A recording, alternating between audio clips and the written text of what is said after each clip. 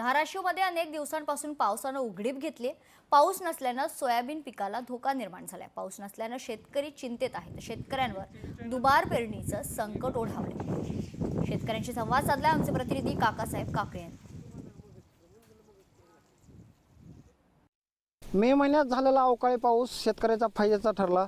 जूनच्या सुरुवातीलाही चांगला पाऊस झाला, मात्र गेली 20 दिवसापासून पाऊस न झाल्यानं शेतकऱ्यांनी पेरलेली सोयाबीन वगैरे आता अडचणीत आलेली आहे। काय सांगाल, किती दिवसापासून पाऊस नाही, काय सांगाल?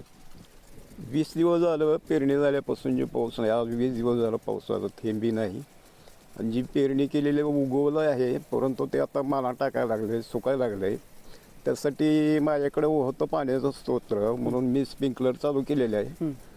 याच्यावर जर आलं तर आलं, नाही तर काही शेवटी मोडून टाकावं लागणार। डबल पेरणी केल्याशिवाय पर्याय नाही। डबल पेरणी करायचं मध्ये सगळंच गेलं, खत गेलं, बी गेलं, सगळं पुन्हा डबल, पुन्हा पेरणीचा खर्च आला, सगळं डबल पैसे खर्चायचं। शेतकऱ्यांना जगायचं कसं? इतकी अवस्था बेकार झाली। शेतकरी आता चिंतेमध्ये आहेत। चिंता करायचं कारण म्हणजे आता दुबार पेरणीचीच वेळ आली आहे, केवळ पाणी नसल्यामुळं। आता दररोजच आबाळाकडे बघाल ते, पण पाऊसच पडायला तयार नाही।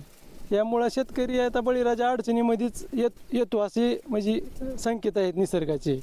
आता बघू, आता पावसाची वाट तर बघतच आहोत, पण पाऊस काय पडायला तयार नाही। दुबार पेरणी तर नक्कीच करावी।